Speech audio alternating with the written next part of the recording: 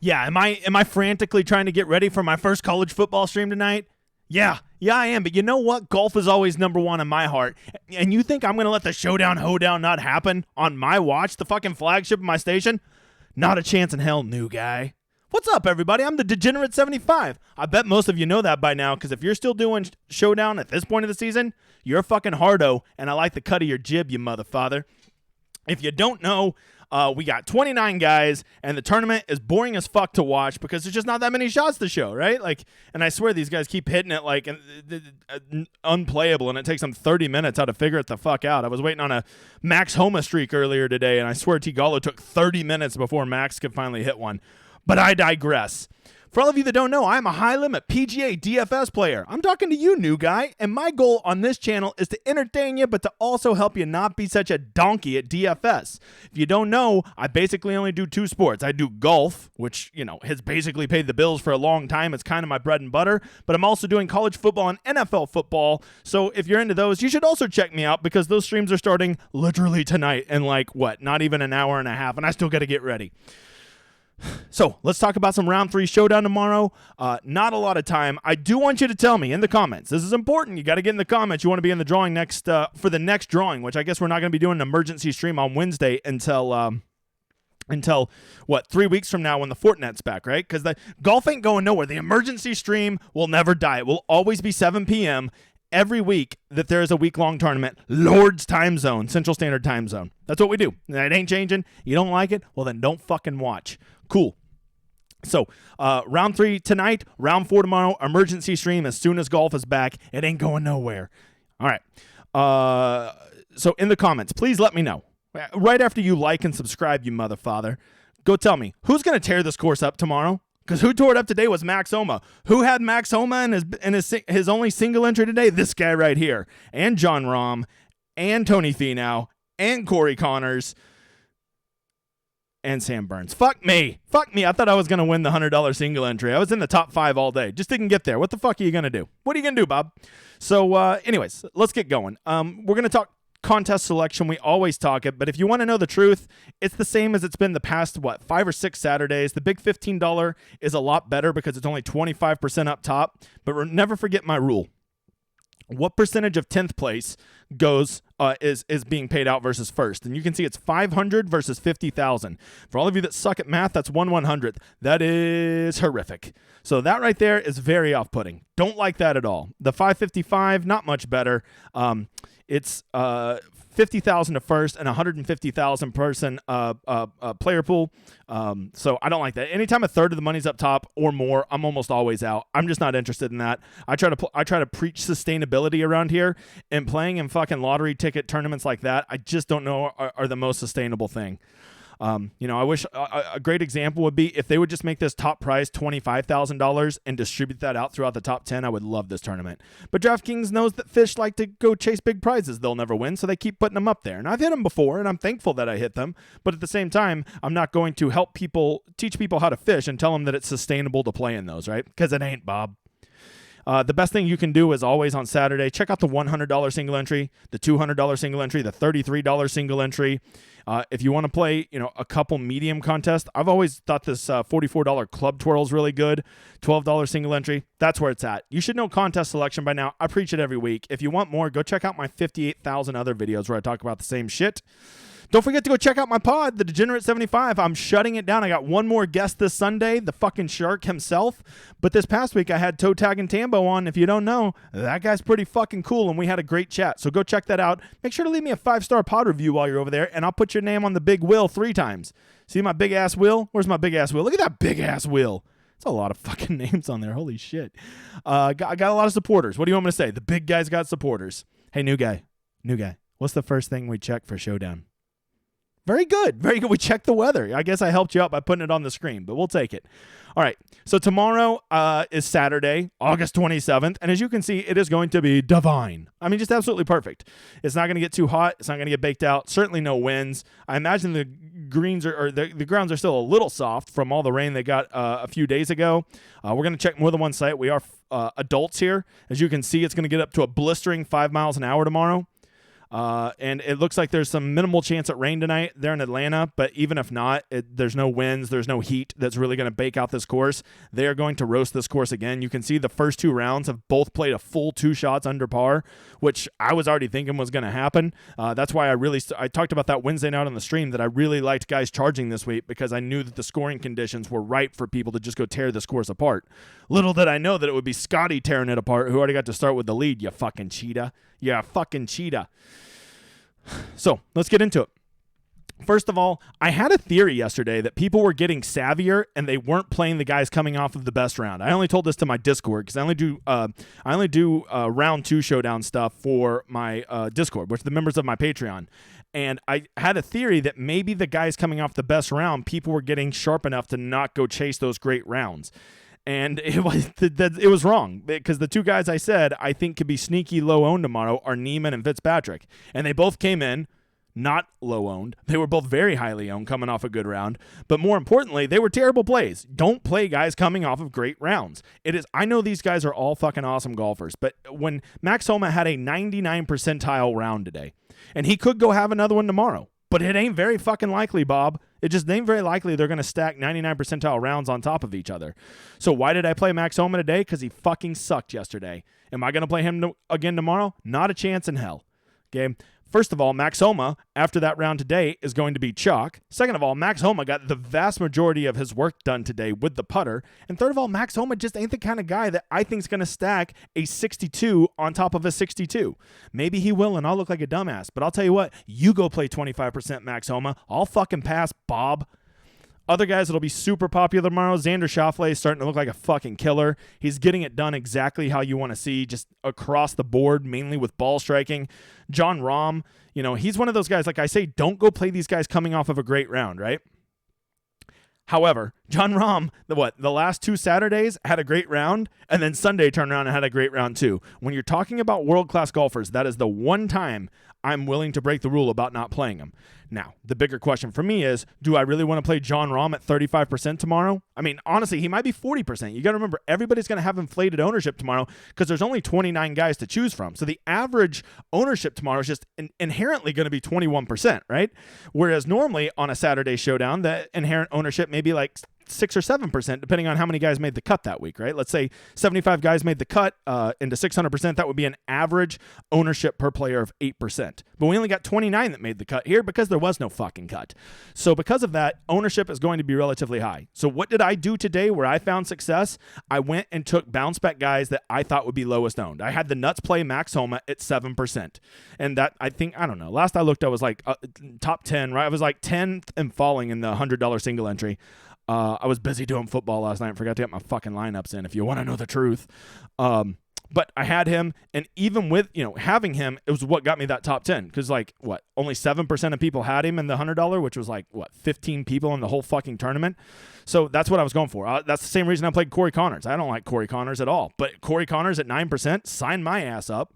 So I just went and I found guys down at the bottom or guys coming off of poor rounds, and I thought that's who I want. And it worked really, really well, except for one, Samuel Burns. He said, I'm going to burn down your lineup because I'm a fucker. So long story short, who's going to be super owned tomorrow? I think you can go ahead and count on Homa, Xander, Rahm to all be popular. Of course, Scotty's going to be popular. I mean, shit, he should have shot 7 under today if he didn't putt like an asshole. Cantlay, I mean, my God, Cantlay probably should have shot a 27 today. It seemed like he was about to eagle every hole. He played unbelievable.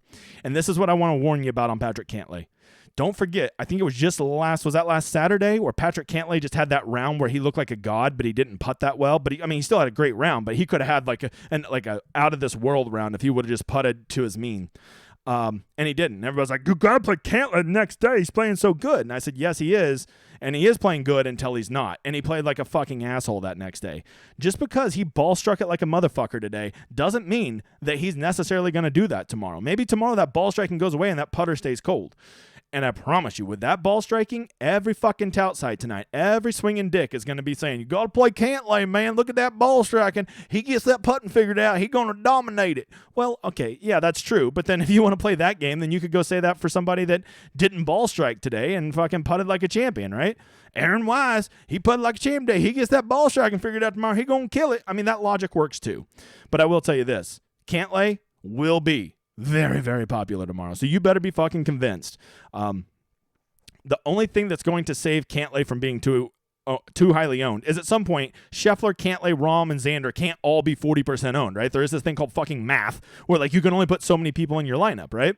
So I do think those 4 will be the clear highest owned. For me personally, this is how I do it. At most, I will have one of those guys in my player pool.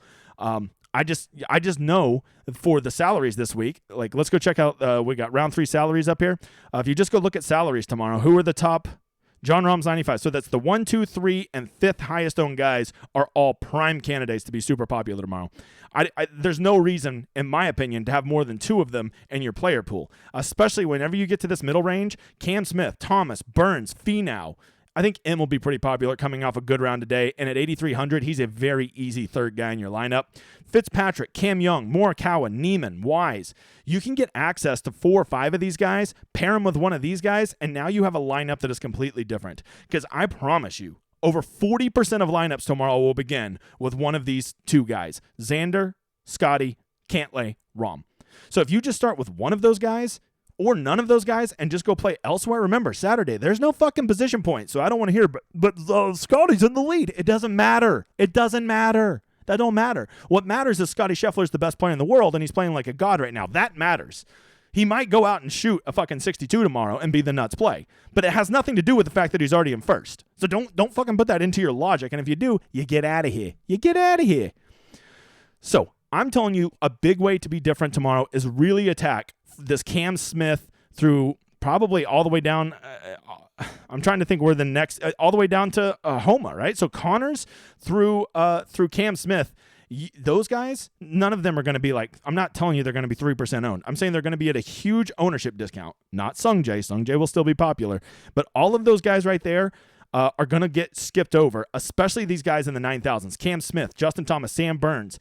Those guys, because it's really hard to stack 2 guys up here and then get to Thomas as your 3rd guy. If you do, you're going to have to go down here and get 3 slapdick 6K guys, right?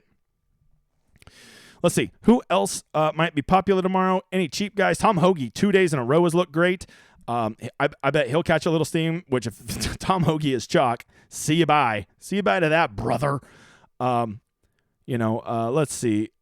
Who is nobody going to play tomorrow? Nobody's going to play. Well, I mean, when I say nobody, I mean they'll probably be around 10% owned. Let's face it. That's about as the fact that I got Homa at 7% today was a minor miracle, and I think that was only because it was single entry. I bet in the big $15 contest, I bet he was still 12%. You're just not going to really catch anybody at 10%. We saw that at week long, right? I think the lowest guy was Hideki right at 10%. So when I say low owned, I mean relatively low owned, right? Like 10% probably. Guys that people will be very low owned, relatively speaking, will be Stallings and Burns and Tigala and KH Lee, guys that played shitty rounds today. By the way, if you didn't see that Matthew Fitzpatrick shitty round coming, I don't know what you're doing. Like I told you, don't play guys coming off of great rounds, especially a guy like that who doesn't make tons of birdies. That was the most obvious bad round ever coming. Cam Smith, these guys are not going to be highly owned. Another one. This is what people are going to do. They're going to go over here and they're going to go look at approach and they're going to say, oh, I got to get, like a guy like Victor Hovland had great ball striking today, but gave it away on and around the greens. And so I think that will lead, people will see that and be like, well, I got to play him because he's ball striking. Whereas like, let me just come at you with this. When's if I said, go play JT Poston because he was horrific ball striking today? And I think there's enough people in this industry that will be pushing that you want guys who are ball striking and not putting. So I'll take the guy that's not ball striking and is putting. Well, I mean, he's only putting slightly above average, but he's not killing himself. And we know JT Poston is the kind of guy that can pick up 3 strokes putting and around, right? Aaron Wise. Of course, all it takes, Aaron Wise. He can't ball strike, but he's the best putter in the world all of a sudden. All that took was all the morons to play him at week long. I digress. I already made some people fucking get triggered on Twitter because I'm tilting over there because the donkey chalk got there. Rory, saved himself around the green. Aaron Wise saved himself on the green. I love it. Anyways, so what I'm trying to tell you is be open to playing guys that are not one of the big 4 and guys that aren't coming off good rounds, because in a single round, these guys are all incredible golfers. Take the leverage plays you can. Literally the only reason I played Max Homa today and almost won a GPP. Well, I don't know if I almost won. How can you almost win when you have Sam fucking Burns in your lineups? But I did have 4 nuts plays in there. And the only reason I won is because I had home at 7%. And why did I play Homa? Because no one wanted to play him. Because you got your picks, and I've looked at the stats, and at the end of the day, just play the fucking leverage game, and it'll get you so much further in a 29-person contest. Right? That's it. If you want to see some round 3 scores, some guys that are really good at round 3 scoring over their past 12 rounds, Finau is great. Fitzpatrick, tremendous bounce back candidate. Tom Hoagie, the greatest player in the world, he's a good round 3 scorer. Scott Stallings, a good round 3 scorer. Billy Ho. Tigala, you got some stones if you play Tigala. I will say this, Tigala is not one of those quitty bitches, right? Like when Cam Smith or Hideki or somebody, their round starts to get a little sideways, they just fucking bitch quit. Tigala, he may not have his A game, but he will fucking fight till the very end. He may not have anything to fight with, but he's going to go down throwing knucks. Okay? So I will say that about him. The fact that he's in DFL starting the round tomorrow doesn't concern me. If that was, some rich guy down there in DFL, like if it was John Rahm down there or Jordan Spieth, I'd be like, they ain't even going to try tomorrow. Hideki is down there. He ain't going to try tomorrow. But Hideki's actually in contention, so maybe he will try. Or maybe he bogeys the first 2 holes, and then all of a sudden that net gets just a little stiff. So that's where I'm at. That's what we're doing. If you want to know who's going to be high owned, I've already told you. It's going to be the guys coming off a good round, and it's going to be those big 4 up top. If you want to know the guys that are going to be low owned, go look at all these guys that shot over par today, and specifically those guys in that upper 8 and 9K range. That's Burns, that's Thomas, that's those guys that I talked about, because when you double stack up top, or maybe even a triple stack, you definitely are going to have a struggle to get access to another 9K guy. So if you just want a straight leverage play, do it. I know Sam Burns sucks. I watched him lose me $5,000 today, you mother father. So I get it. That's it. If I got to go make my video for my Patreon, if you don't know, I have a Patreon. It'll be in the description of this video. I have a great community over there, well on our way to 300 people. It's fucking awesome. I'm doing football content, about to go do my college football video here in just a little bit. I hope you tune into that. It's going to be a live stream, just like I do Wednesday night, but I'm going to do it Friday night for college football. And you're like, I've never played college football DFS. Well, first of all, John, it's going to be more than that. I'm going to talk about price picks. I'm going to talk about betting. But yeah, I'm also going to talk about DFS. And if you don't know, college football content is trash. And somebody needs to be out there to fill that void and show what a huge edge there is. And the huge edge is simple. No one fucking takes the time to learn it. So there you go. There's the edge. Just like no one took the time to learn Showdown until I fucking came along. And now everybody's a fucking hustler at it. I only screwed myself. All right, guys. I appreciate you stopping by. I will see you tomorrow night for round 4 Showdown. The big guy's got to run. He's got a big night. I still got to change my hat, for fuck's sake. Hope you enjoy my outro.